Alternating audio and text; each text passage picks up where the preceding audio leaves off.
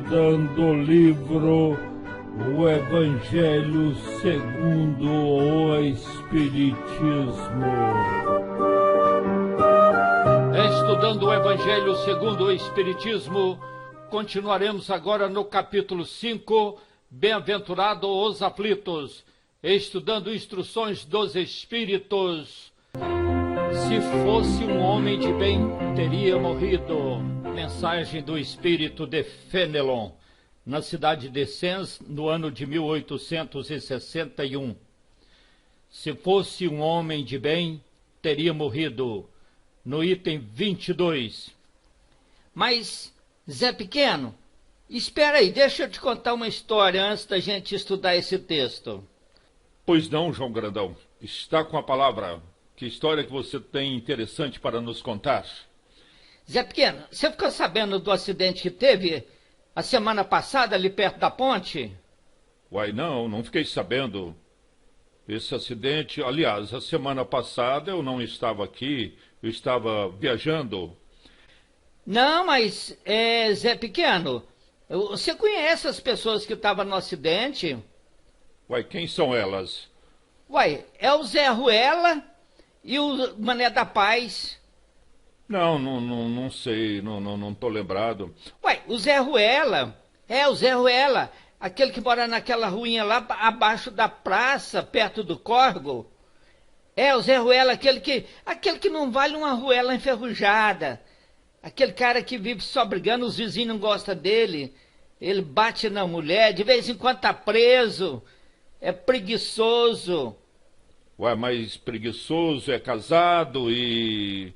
Como é que ele mantém a família? Uai, ele vive às custas do pai dele. O pai dele tem uma chacrinha ali, ele vive às custas dele. O cara não vale uma picada de fumo, rapaz. Ué, e o que aconteceu com o Zé Ruela? Ele morreu? Não, o Zé Ruela não morreu, não. Mas o Mané da Paz morreu. O Mané da Paz, que era um sujeito bom, trabalhador, todo mundo gostava dele. E ele foi até candidato a vereador, morreu. Uai, mas o Mané da Paz foi candidato a vereador, ele foi vereador? Não, ele não foi vereador, não, ele não foi eleito, não. É gente boa. Morreu, tadinho, morreu. Por que não morreu, então, o Zé Ruela? Que não valia nada. Morreu o Mané da Paz, que é gente boa. Por que, Zé Pequeno? Eu não tô entendendo essa, não, uai. Que justiça é essa? Tico morreu ruim. E foi morrer logo o cara bom, sujeito bom, todo mundo gosta dele. Ô, João Grandão, acontece o seguinte, tem coisas que você ainda não entende, nós não entendemos. E para entendermos, nós temos que ver no Evangelho. Vejamos aqui, nesse primeiro parágrafo do texto de Fenelon. Falando de um homem mau, que escapa de um perigo, costumais dizer: se fosse um homem de bem, teria morrido.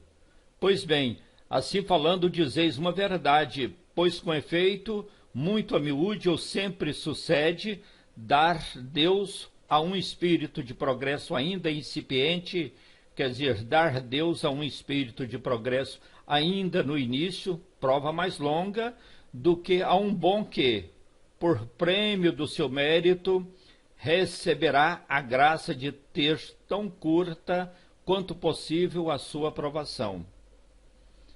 Por conseguinte, quando vos utilizais daquele axioma, não suspeitais de que proferis uma blasfêmia. Vou repetir esta frase para você entender direitinho, viu, João Grandão? Olha, portanto, quando você utilizar daquele ditado, não duvideis de que você proferiu um absurdo, certo? Uma blasfêmia. Mas não é só isso que eu questiono, não. Lá perto da minha casa eu tinha 2 vizinhos lá. Um era um sujeito muito bom. A gente sempre pescava, quando um precisava do outro, estava sempre pronto para servir. Sujeito trabalhador, bom pai de família, honesto. E o outro, do outro lado da minha casa, mora um cara lá que eu vou te falar a verdade.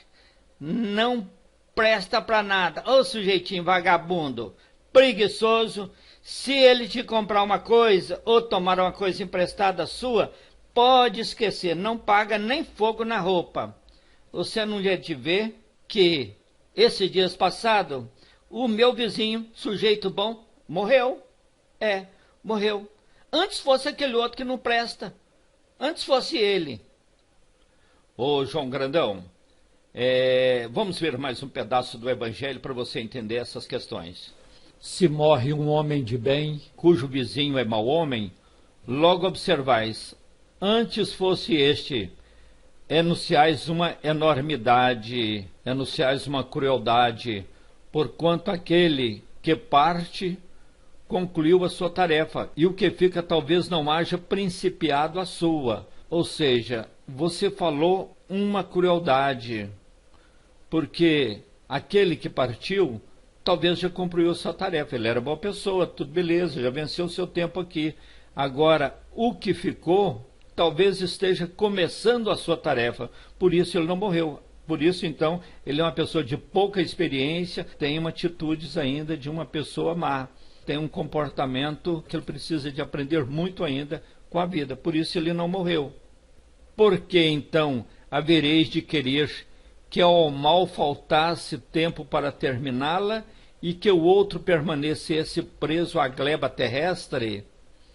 Que direis se um prisioneiro que cumpriu a sentença contra ele pronunciada fosse conservado no cárcere, ao mesmo tempo que restituíssem à liberdade um que a esta não tivesse direito?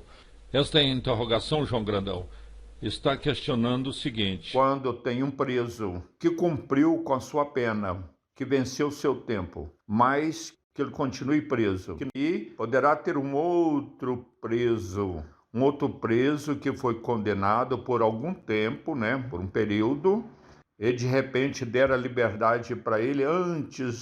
Então, na justiça dos homens, isso poderá acontecer. Só que na justiça divina, a coisa funciona diferente, porque a justiça divina é perfeita. Ficais sabendo que a verdadeira liberdade para o espírito consiste no rompimento dos laços que o prendem ao corpo e que, enquanto vos achardes na terra, estareis em cativeiro.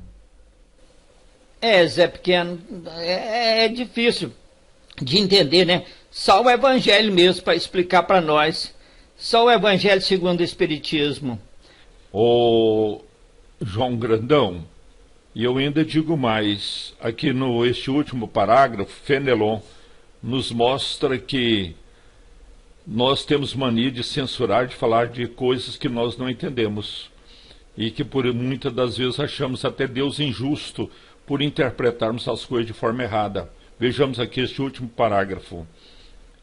Habituai-vos a não censurar o que não podeis compreender e crede que Deus é justo em todas as coisas. Nós devemos pegar o hábito de não criticar, não censurar aquilo que a gente não entende e sempre acreditar que Deus é justo e que todas as coisas que procedem de Deus são justas. Muitas vezes o que vos parece um mal é um bem. Tão limitadas, no entanto, são as vossas faculdades que o conjunto do grande todo não apreende os vossos sentidos obtusos. Quer dizer, muitas das vezes as nossas faculdades são tão limitadas que o conjunto das coisas, do grande todo, do entendimento, a gente não consegue compreender, devido ainda aos nossos sentidos sem inteligência, sem capacidade para entendê-los. Esforçai-vos por sair pelo pensamento da vossa acanhada esfera.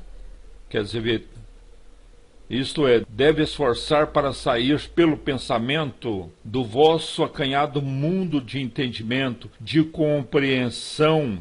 E, à medida que vos elevardes, na medida que evoluir, diminuirá para vós a importância da vida material que, nesse caso, se vos apresentará como simples incidente, isto é, se vos apresentará como simples episódio, acontecimento no curso infinito da vossa existência espiritual, única existência verdadeira.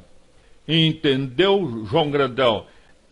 Sim, Zé Pequeno, agora tá dando certo.